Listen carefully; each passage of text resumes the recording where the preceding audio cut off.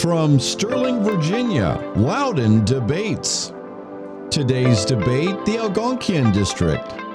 Your candidates are Juli Briskman and Debbie Rose. Brought to you by the Coalition of Loudoun Towns, the Loudoun Times-Mirror, and Loudoun Now. Live streaming provided by Jeff in High Def. Welcome. We are delighted that you're here today to our Algonkian debate. I'm Kelly Burke. I'm the mayor of the town of Leesburg.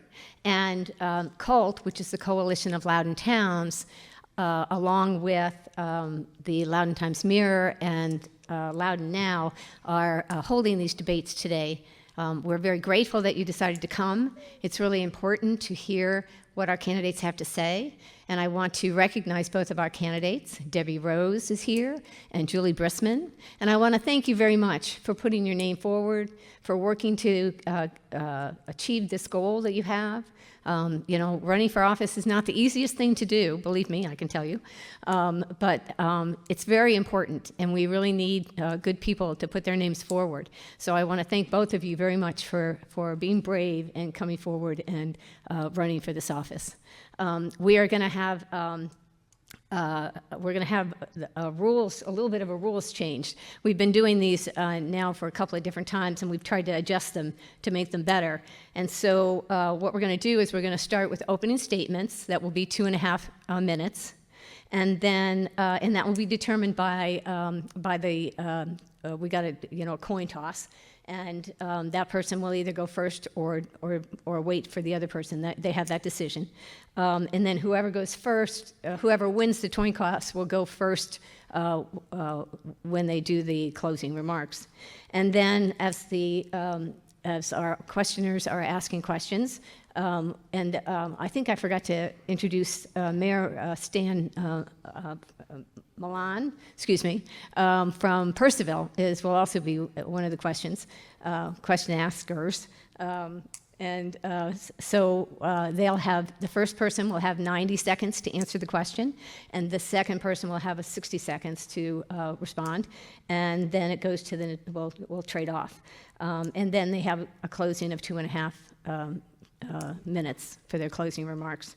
And if there's time afterwards, I'm sure the candidates would be happy to stay and answer any questions that you might have.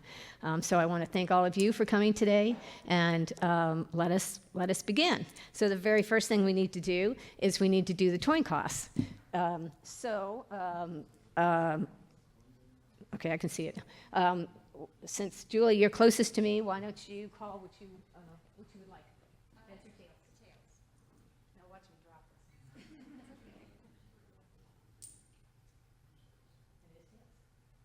So, do you want to go first, or would you like to go with that? Okay, so I'm confused. If I go first now, do I go last at the end? Yes. Okay, I'll go first. So you have 2.5 minutes to make an opening statement. Test, test. Can you all hear me?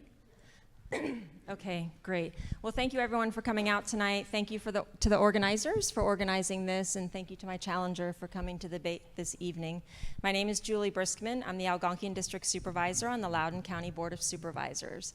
I'm a proud parent of 2 LCPS graduates, and I've always volunteered in our community, in the schools, for their sports teams, for their scout troops. I'm a co-founder of a local running club. I have an undergraduate degree in journalism from Ohio State University, and I have an MBA from Johns Hopkins University. Most of my professional career was spent in journalism, PR, and marketing, aside from 2 tours overseas where I worked at U.S. embassies as a community liaison officer. My experience matches or reflects so much of the experience that's happening and has happened in Algonkian District, where 2/3 of the women over the age of 16 are part of the labor force. That's why I was so proud to initiate a program with $2.2 million from our ARPA funds for affordable quality childcare in the county. But I'm also proud of a lot of things that we've accomplished on the board since taking Democratic majority. For the first time ever, we have collective bargaining, we have an environmental commission, we have an unmet housing needs strategic plan. This board has been fiscally responsible, lowering the tax rate by 17 cents, maintaining our AAA bond rating, and also working to diversify our economy. I'm proud for championing the effort to take firearms out of our county buildings, parks, and recreation centers, and also to advocate to have COVID testing and vaccination sites in eastern Loudoun, where 2/3 of the population lives. I'm also really proud to have worked with my school board member to secure funding for a $1 million renovation at Potomac Falls High School, a theater renovation right here at Riverbend Middle School, new playgrounds at Countryside and Sugarland Elementary Schools, and a new preschool play area at Meadowland Elementary School. We've also secured $7.4 million to keep projects on track for athletics facilities at Dominion, Potomac Falls, and Heritage High Schools. I'm really proud of all that work. I'm running again because I am the change. I'm the change that Algonkian District asked for in 2019, and I've been delivering on the values that they voted for in 2019. I'm really proud of our record. I'm a proud Democrat, and I ask for your vote in November. Thank you.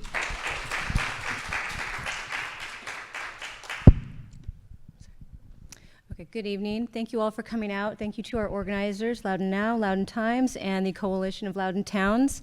My name is Debbie Rose, and I'm running for the Board of Supervisors from the Algonkian District. My family and I have lived in Algonkian since 2006, and our 3 children attended LCPS, and our last one is a senior at Dominion High School, so one more year. Loudoun County has been in the news for all the wrong reasons for the last 4 years.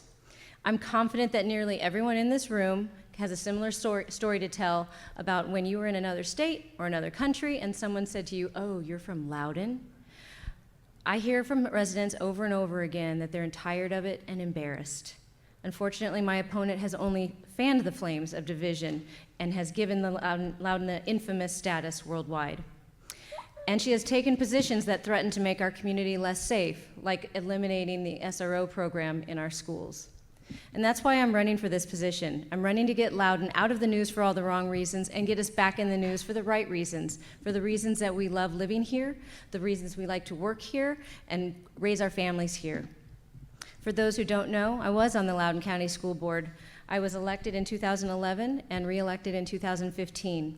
During my time on the school board, I learned that leadership means partnering with all stakeholders to develop good policies that achieve community-supported goals. Together, we delivered positive results, including raising pay for employee pay, lowering health costs, and decreasing class sizes across the division, and funding significant upgrades to Algonkian District schools, which is a function of the school board, not the Board of Supervisors, in terms of appropriating that funding. With your support, I will bring my skills and experience to the work of the Board of Supervisors. We need to get back to basics. I will not put I will put all people over politics, over personal party agendas. I will focus on the local issues that matter to our daily lives, like inadequate cell service throughout our district, speeding in Algonkian and in our neighborhood streets, traffic, and lowering the tax burden and ensuring new development meets community needs without creating unintended consequences. I will work collaboratively with my colleagues and seek input from all stakeholders. Everyone should feel their voice is important and heard in a transparent process. Making good policies is more than a checklist of party talking points. It's hard work. I look forward to January 2024 when I can once again roll up my sleeves and work hard at delivering meaningful results for the Algonkian District. Thank you.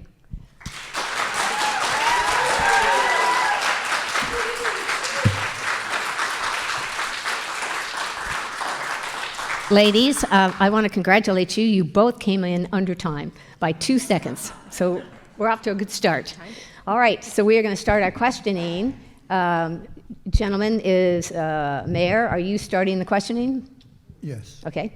And I believe the topic on this one is near and dear to Colt's heart. Yes. I will start with the town-county relationship. There are 7 towns in Loudoun County, and tonight's debate was organized by the 7 mayors from those towns. So it is important for us to understand your position on towns as partners. What role do you see for the county regarding towns whose residents pay county taxes like all Loudoun residents? And Ms. Rose, you start this one.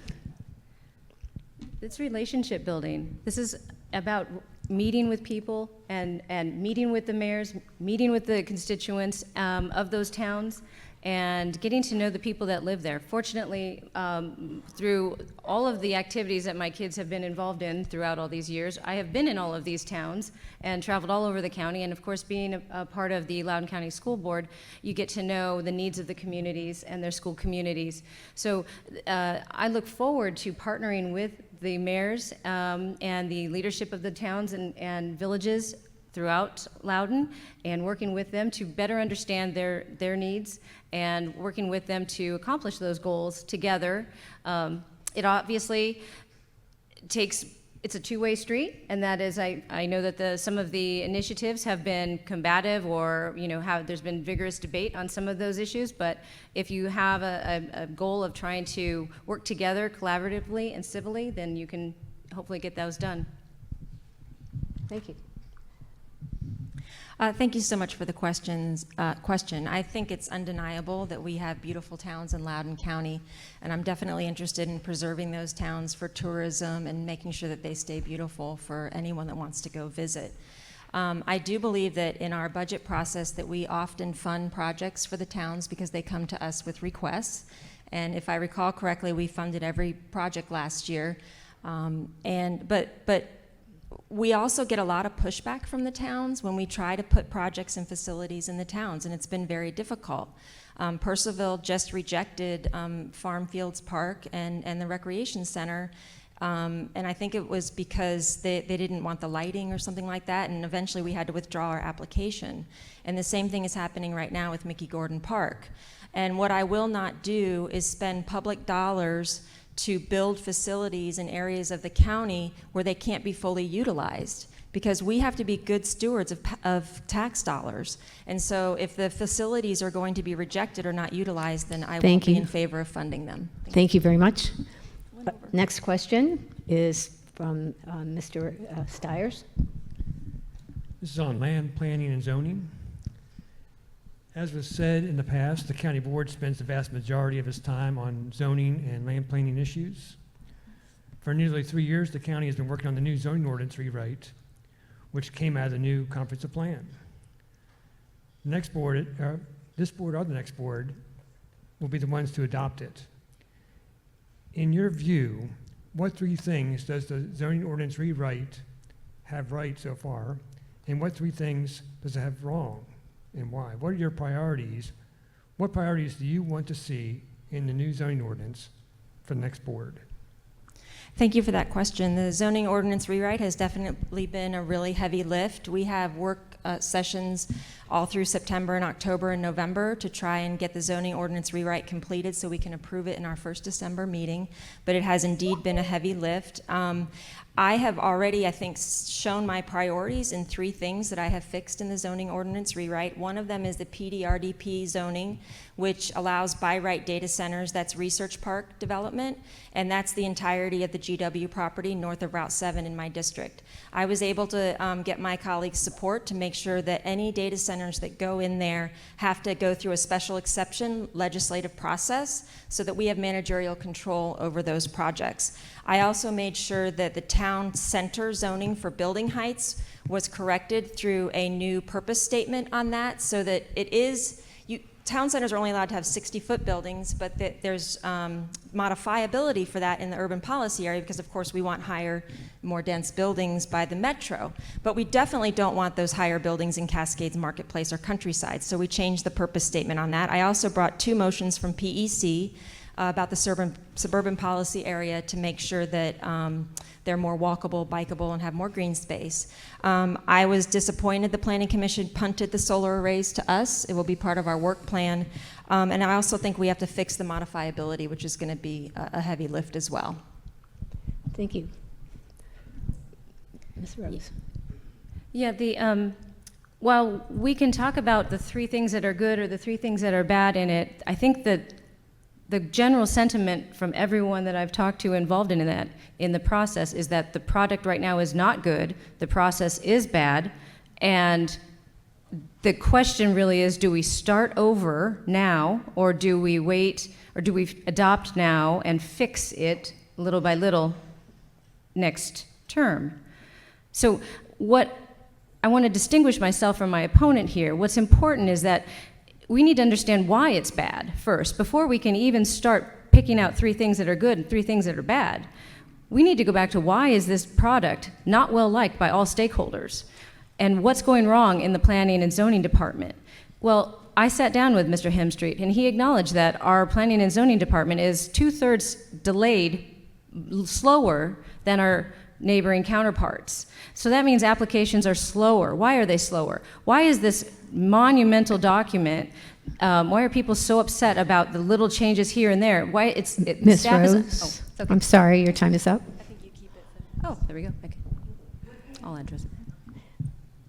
Next question is from Mr. Farrell from the Loudoun Times. Okay. The current board voted along party lines to allow county employees to negotiate collective bargaining agreements if they choose. So how should the next board handle collective bargaining in the upcoming term? And also, do you support project labor agreements for county projects? Well, first of all, going back to the first question, I would definitely be, we need to start with fixing the planning and zoning department. And that requires critical thinking skills. And that's not an easy fix. So that's how we have to start, not just putting lipstick on the pig. We need to go back and fix it at the beginning. I would not support the labor agreements. I have been vocal in my criticism of union contracts from the get-go. They unnecessarily slow down product to the delivery to consumers. They cost more. The cost of the union is already costing the county $3 million or plus more dollars, which will inevitably lead to increase in taxes, which will undercut any sort of raises or benefits to employees. In addition, the county already spent a considerable amount of money on a reclassification study to ensure that current employees are being paid appropriately and fairly. Finally, the union agreements. Virginia is not a union state. There are very few unionized contracts, and the bidding will lead to a lot of minority opportunities being lost in terms of opportunity to work on these projects. So I don't see the benefit, and I would have to really, I would want to see any proof that would be a good thing before I would vote for that. Okay, thank you.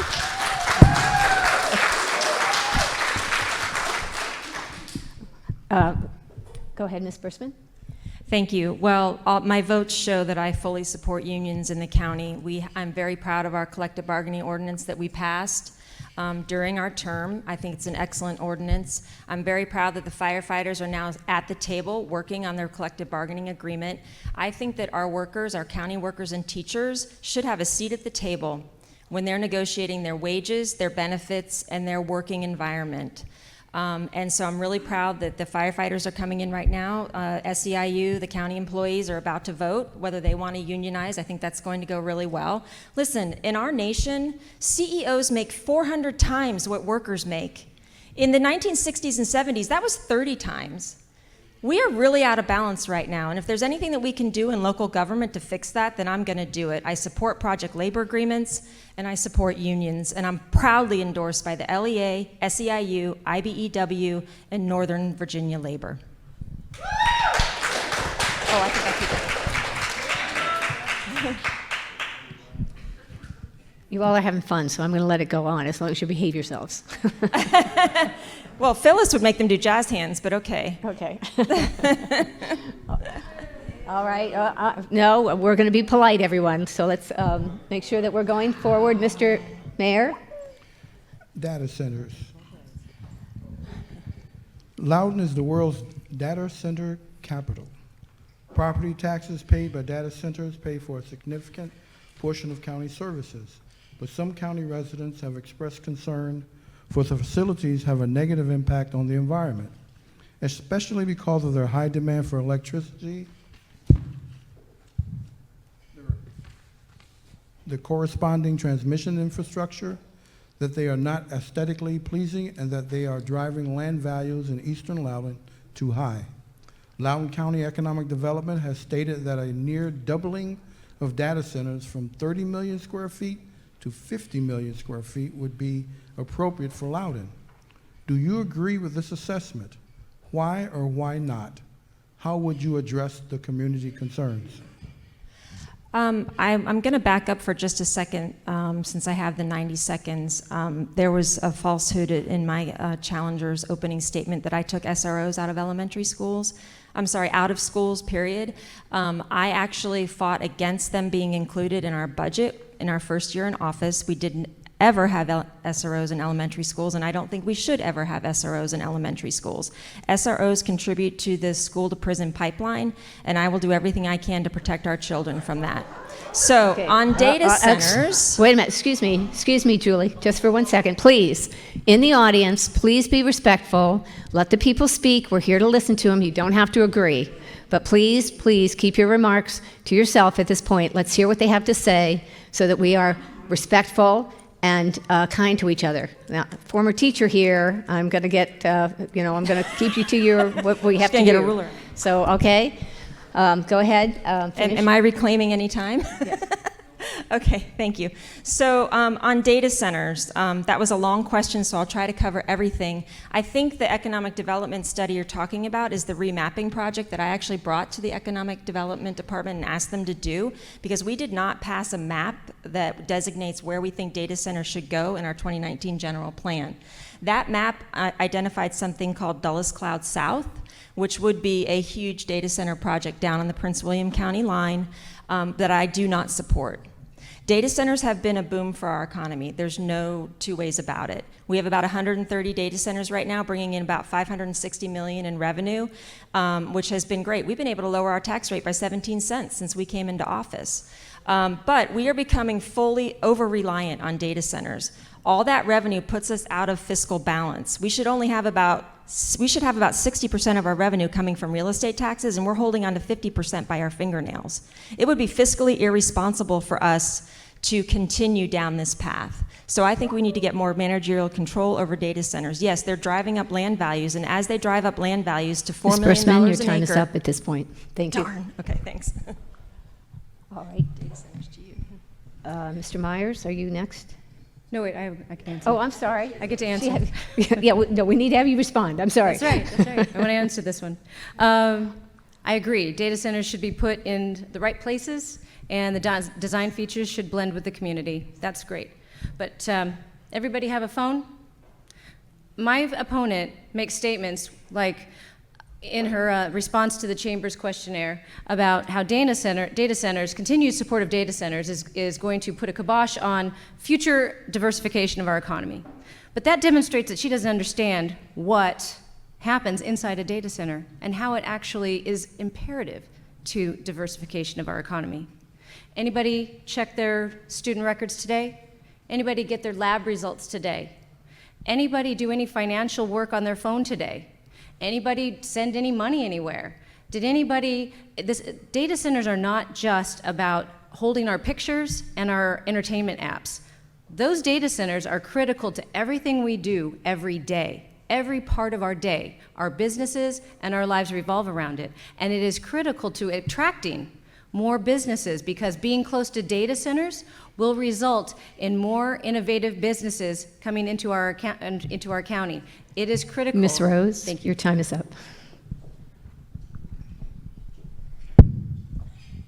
Digging down a little deeper into the data center debate, the Dulles Cloud South is a proposal supported by Loudoun County Economic Development to convert nearly 500 acres of the transition policy area land, currently off limits to data centers, to allow for millions of additional square feet of data center development. The majority of this project is from last night. The editor. Yeah. Do you support this approach to the data center locating or not? Why or Can why you not? repeat the question? Because I didn't quite hear part of it. The Dulles South Cloud concept of putting 500 acres of the transition policy area and designate that for data centers, is that a good policy? I support putting the data centers near the power lines, near the Dulles Airport. There's a place for those to go, and down in that area is definitely where they should be, where we should be looking for them to be placed.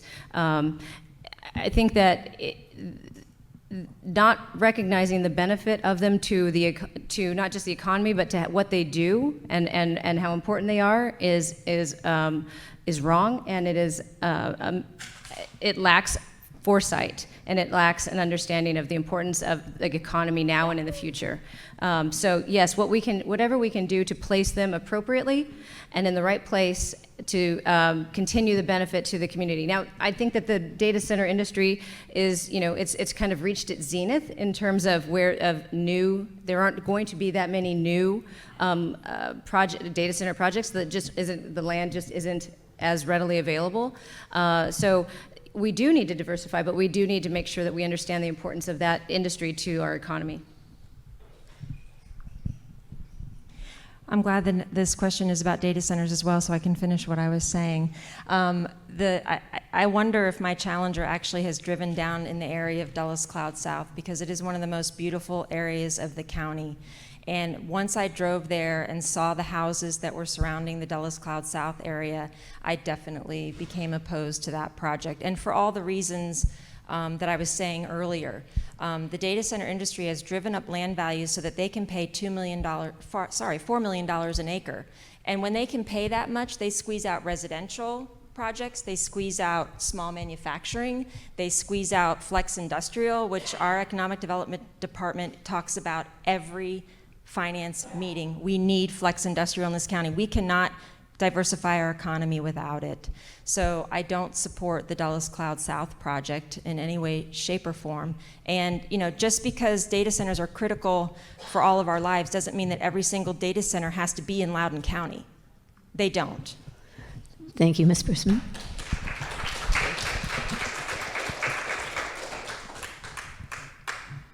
So this next question is about Metro. Regardless of whether you agree with the decision a decade ago to bring the Silver Line to Loudoun County, Metro did finally get here last year. The stations opened as ridership system-wide was down significantly, and Metro, of course, faces a fiscal cliff next year. So first, was bringing Metro to Loudoun a mistake? And what, if anything, should the county do to contribute to Metro's operating budget going forward? Is investing in Metro's future a good investment for Loudoun County? Thanks for that question. I sit on the Metro Washington Council of Governments, which is a regional body, and at our retreat this summer, we spent 2 to 3 hours talking about Metro being on this fiscal cliff right now. We already invest in Metro as a requirement with the WMATA contract that we're in with all of our neighbors. I think it's up to the federal government, DC, Maryland, and all of us to step up. It was not a mistake to bring Metro here. 35,000 riders are already taking Metro from our 3 stations. I support Metro, but we also saw such a drop in ridership because of COVID that we really need to think differently about how we think about what we want to put around Metro. We don't want to put data centers around Metro, first of all. We want to put employment opportunities. We want to put housing, dense housing around Metro. But I also think that we really should be looking at putting attractions around our Metro stations so that we don't just think about riders going east for employment. We want first-class office space. We want attractions like the Performing Arts Center that we've been thinking about building in Loudoun County. Sadly, if it's by Metro, it's not in Algonkian District, which I would really love, but guess what? More people will come if it's by Metro. So those are the sorts of decisions that we should be making for our future. Do I think Loudoun County should make up the whole $736 million hole that Metro's in? Absolutely not. I mean, Metro moves the federal government. So the federal government needs to step up to the plate right now. Thank you.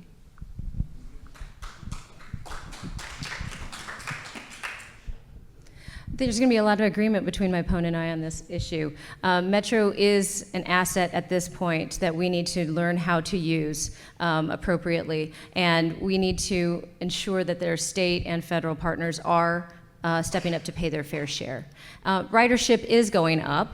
I do have concerns about it getting there. Metro is never going to be self-funding, so we do need a permanent solution, and I don't know what that is yet, but that is something that needs to be addressed.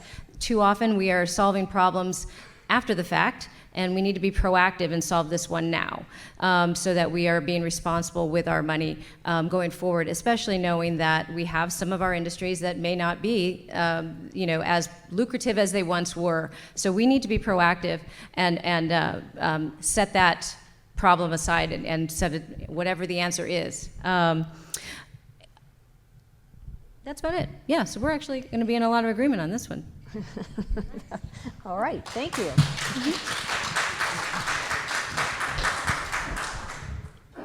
Next question is affordable housing. Loudoun County is experiencing an affordable housing crisis, a view confirmed by the county's own affordable housing report from last year. The county's affordable dwelling unit program is not projected to address this problem in total. Many county employees and even our private sector workforce cannot afford to live in the county they work in. Is addressing this issue a priority for you? Yes, this is an important issue that we need to address, but it starts with understanding the issues and the words used. I've been going to a lot of panels and I hear a lot of talking points. This issue is complex and it requires understanding what the words are that we're using and understanding the need that is in the county, what are the levels that are of people that need this kind of service at this level, and what's the oversight of those programs to ensure that they're operating appropriately and effectively and efficiently.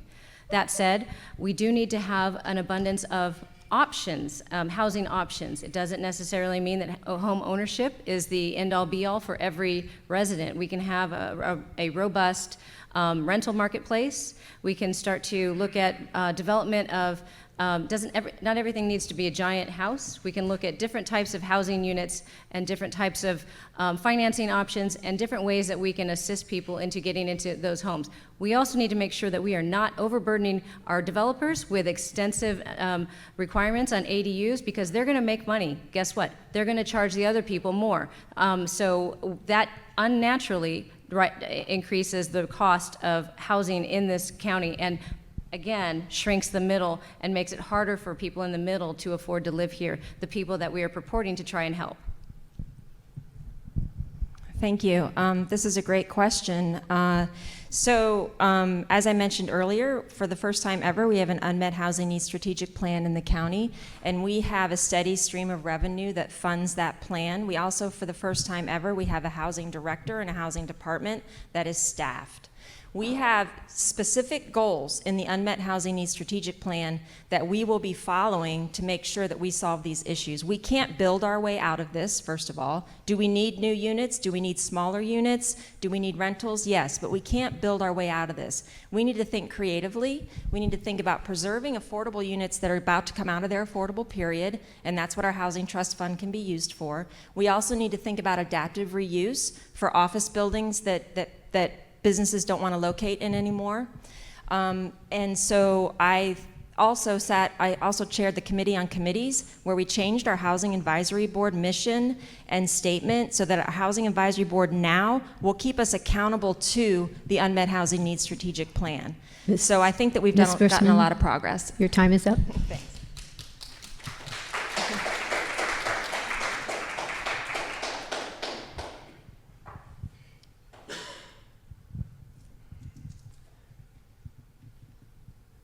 Another land planning question dealing with infill developments. The board has made zoning decisions 2 and 3 decades ago that assumed market demand for non-residential developments like shopping centers and office complexes in eastern Loudoun.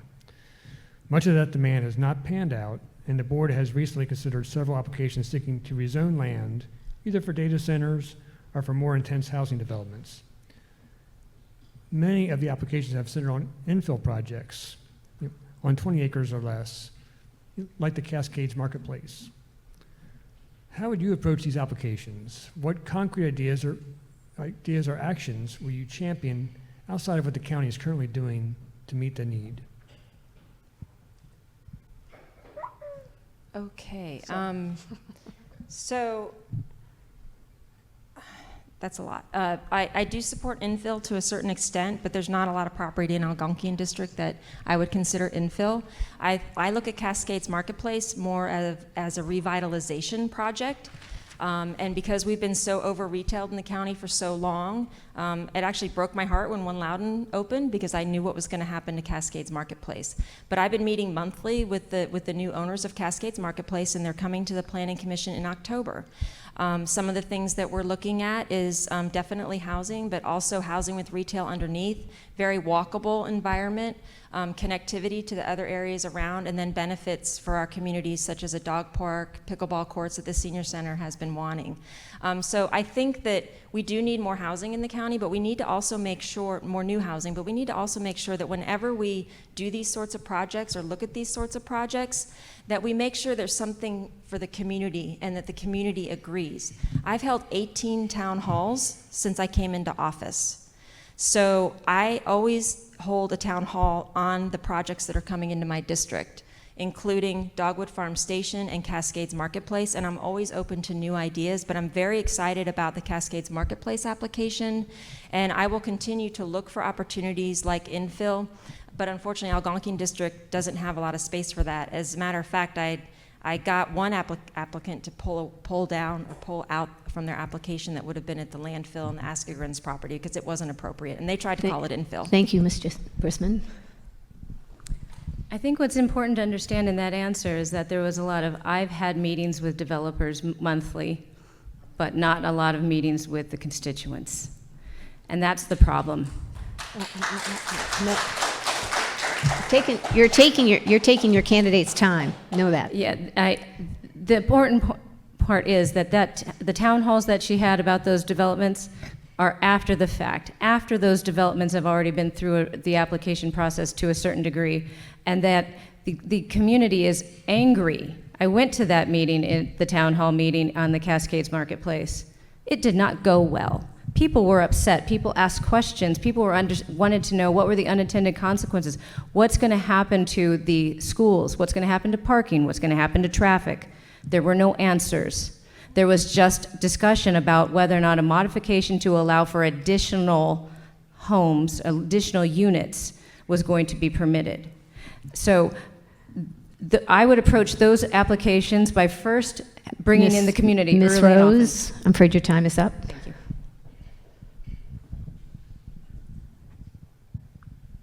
This question is about taxes and tax rates. What specific changes, if any, should the next board implement to the county's operating budget and/or property tax rates to relieve the burden on homeowners? And do you have concerns that such a high percentage of the county's tax revenues are tied to data centers, a technology which could change rapidly? Well, first of all, the first change that I would make to the county expenditures would be for trips out of supervisors' budgets, personal trips to foreign countries. That should never be allowed.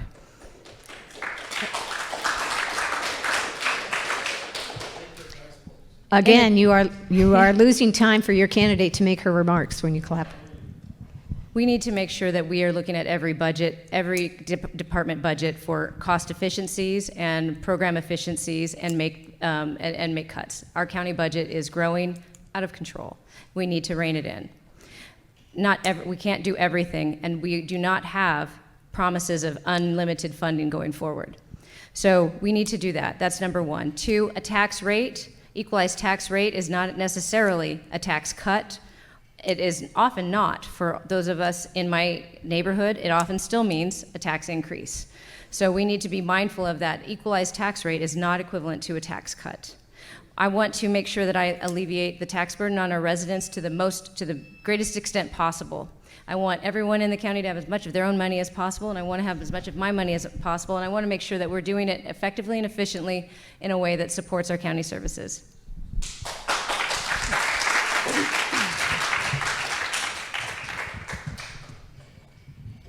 So we lowered the tax rate 17 cents during our term.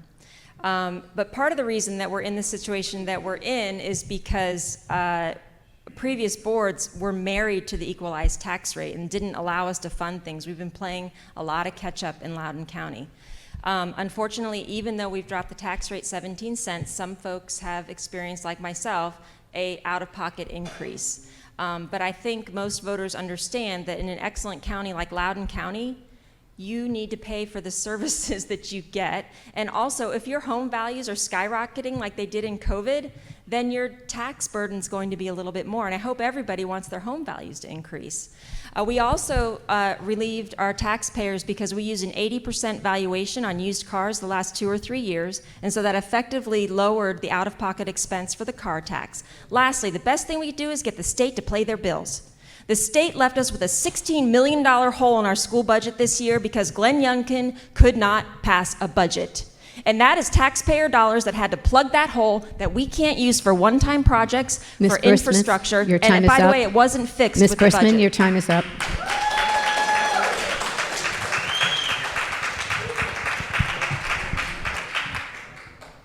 The next question is development rights. Should the next board implement a transfer of development rights program wherein data center developers building in Eastern Loudoun may purchase additional by right floor area ratio and/or building height by paying landowners in Western Loudoun to give up development rights on their land? Would you support implementing a TDR program as a top priority for a new board? So, I mean, the short answer as it stands right now, and as I've been learning about transfer of development rights, the short answer is no. Transfer of development rights means that Eastern Loudoun takes more intense development by giving cash to landowners in Western Loudoun for land that Eastern Loudoun residents may never see, may not have public access to. And then you're asking Eastern Loudouners to not only have data centers, but have bigger, badder, more polluting data centers that are taller. I mean, no, I don't support transfer of development rights. Listen, the threat to the TPA and the RPA are the data centers.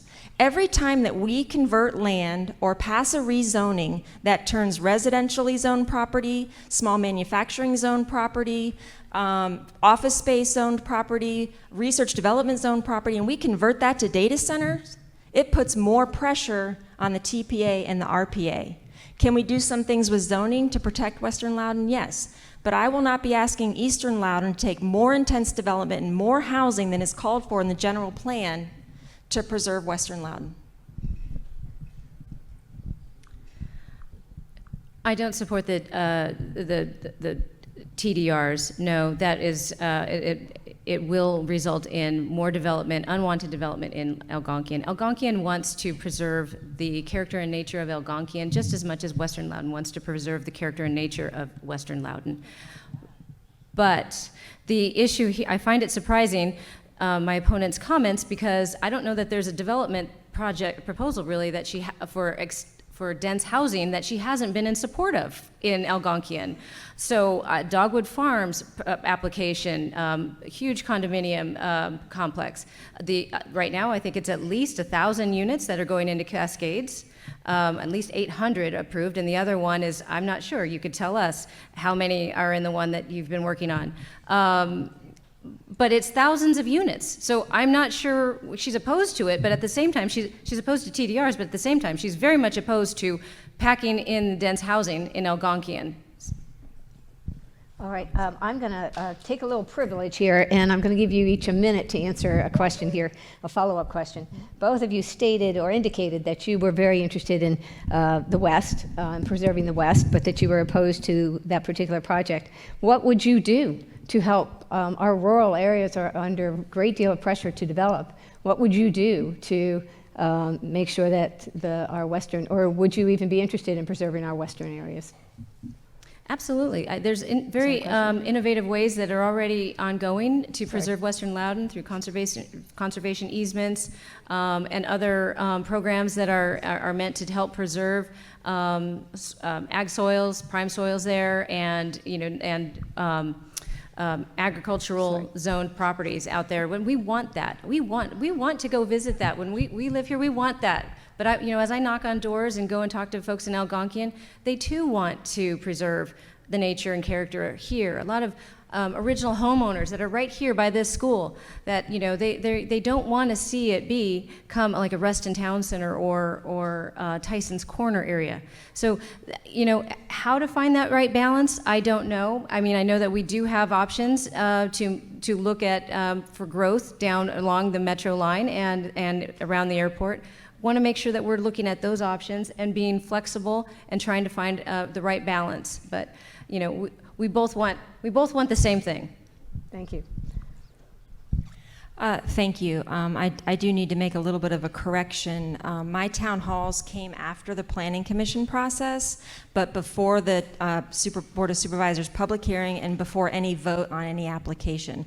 The Planning Commission is its own body. It gets to make a recommendation. So yes, I wait for the Planning Commissioners to make their recommendation on an application before I will hold a town hall. They have a job to do.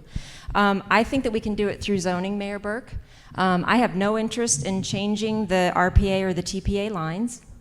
I think, there may be some sections here and there that we need to do for water for schools and stuff like that, but I have no interest in moving the line for the RPA and the TPA, and I think we can do it through zoning.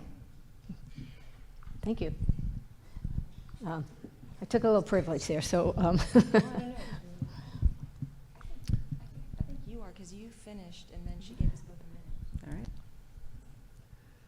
All right. Questions about some of the things that go on at board meetings. The current Board of Supervisors has from time to time voted on resolutions regarding outside issues not specific to Loudoun County.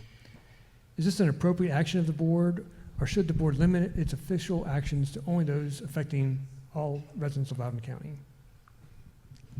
I typically don't find resolutions to be a meaningful endeavor.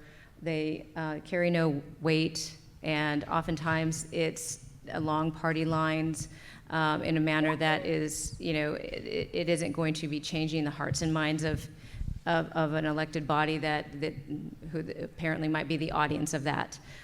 So I typically find them to be pro forma and probably not an incredibly useful way to spend the time on the board. I'm not quite sure what resolutions you might be talking about. I've carried several resolutions, including Gun Violence Awareness Day. Next week, I'll be carrying the Breast Cancer Awareness Resolution. We do resolutions in many ways to honor folks in our community that do great work, including our nonprofits, including some organizations like New Virginia Majority, who help our less privileged folks in the community. We use resolutions a lot of ways to show how we will govern and where we come from with our values. And we are able to recognize the diversity of our community through our resolutions. So sometimes it does get long, the resolutions we have at the meetings, but I think some people that do great work in this county deserve to be recognized, and I think certain things like gun violence deserve to be recognized. So we are saying to the community, we care about these issues, just like you do. All right, thank you.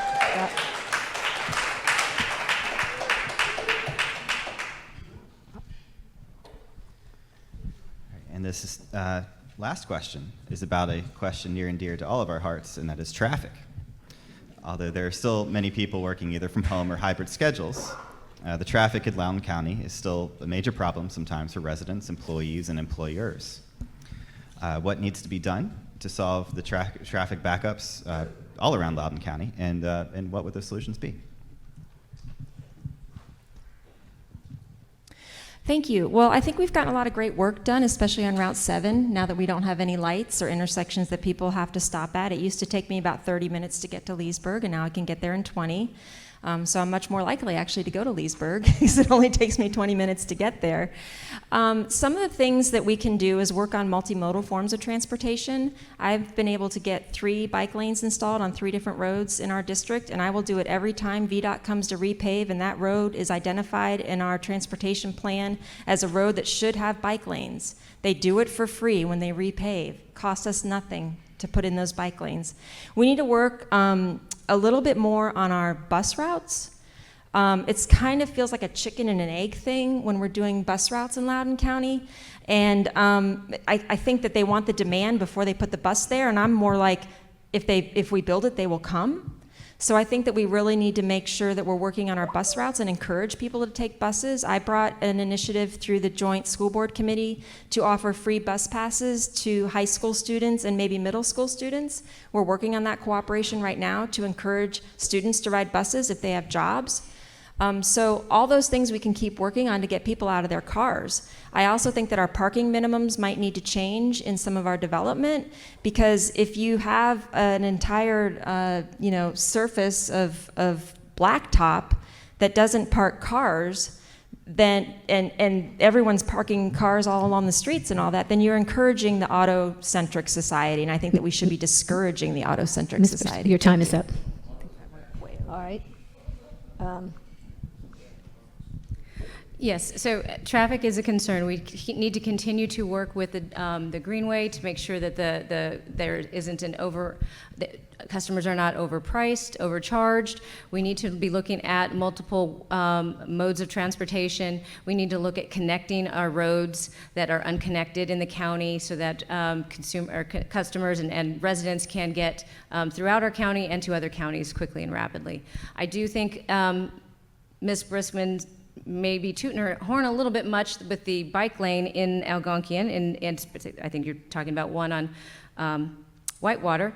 We call it the bike lane to nowhere because it doesn't do anything. It literally does not, nobody uses it for a bike, and it is often used for people who walk and use their golf carts. So it doesn't alleviate any traffic whatsoever. So that wasn't a meaningful solution and not really well received by the community. But that's an indicator of what I'm talking about, is that there's oftentimes solutions that are not meeting a community need or even responsive to the community. And that's where I want to be different. I want to make sure that when we are talking about Ms. Rose, your time is up. Thank you.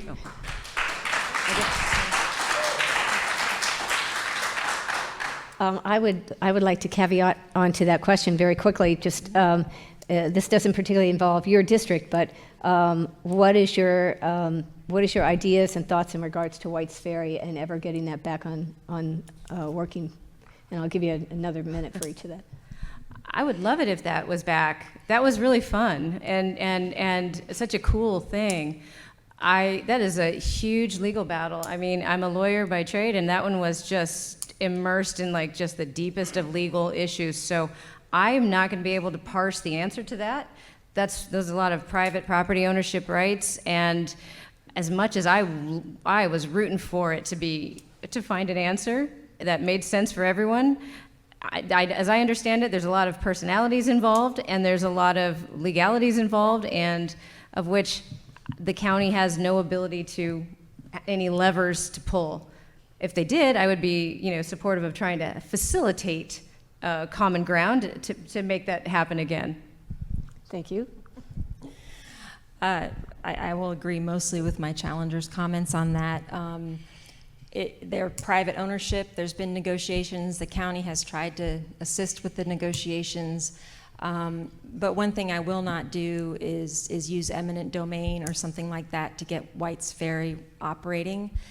It is a lovely ferry. It does carry a certain number of commuters, but in my mind, it doesn't rise to the level of using public funds to get White's Ferry going. The county should not be in the business of operating a ferry. I can just say I really just hope that the private parties work out the situation, because it's actually a lovely ferry, and it's like the last one. It's a historical and heritage resource that we should be preserving. I'd love it if the National Park Service came in and took it over and used it as a historical resource for everybody around, but I don't think that's the position that Loudoun County should be taking. We shouldn't be using public funds for it. Thank you. Gentlemen, did you have another question? Everybody, did you have another question? No? Okay. So we are at the end of the questioning part of our debate tonight. Ladies, you both have 2.5 minutes for your closing statements.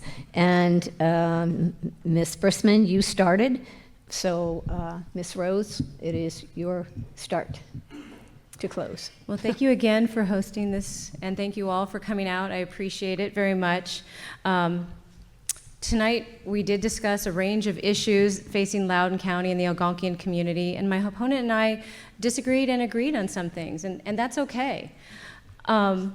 Everyone here has different set of priorities and answers to some of these questions. What's not okay is how my opponent comports herself in her position and her failure to focus on the local issues. In response to a constituent email asking for more information about her trip or vacation to Uruguay, Ms. Briskman responded angrily, This response alone should disqualify her from having this position going forward. She made inaccurate claims about where grapes were grown, her status as a foreign dignitary, and biased media. She said that because she didn't break any rule, she didn't do anything wrong. What she didn't address was the $100 overweight bag fee that she all charged to us. We can only assume that was for her souvenirs. This response was the height of entitlement. It demonstrated a shocking lack of shame or an ability to accept responsibility. She took a first-class trip to Uruguay while missing 2 public input sessions on the county budget in February. And yet she not only sees nothing wrong with it, but her immediate response was to be angry and blame others in a legitimate constituent concern. Unfortunately, this isn't the only incident where Ms. Briskman's incivility or lack of professionalism. She spends considerable time online and in board meetings fighting with colleagues or people about social issues outside the purview of the Board of Supervisors' responsibility. Like I said in my opening remarks, it's time to get Loudoun County back in the news for the right reasons, and I'm asking for you to support me in my effort to do just that. I promise to once again represent our community with respect for all people, not an allegiance to personal politics. Thank you.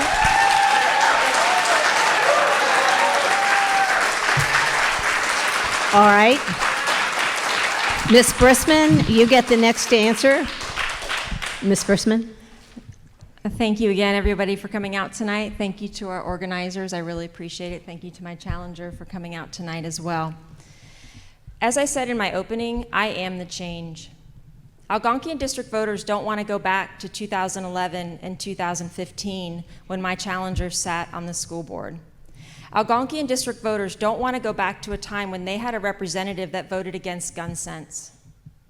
Algonkian district voters don't want to go back to a time when they had a school board representative that voted against LGBTQIA student protections. Algonkian district voters don't want to go back to the penny pinching. From reducing the number of bus drivers and expanding walk routes that families are frustrated with to this day. I hear about it on the doors all the time.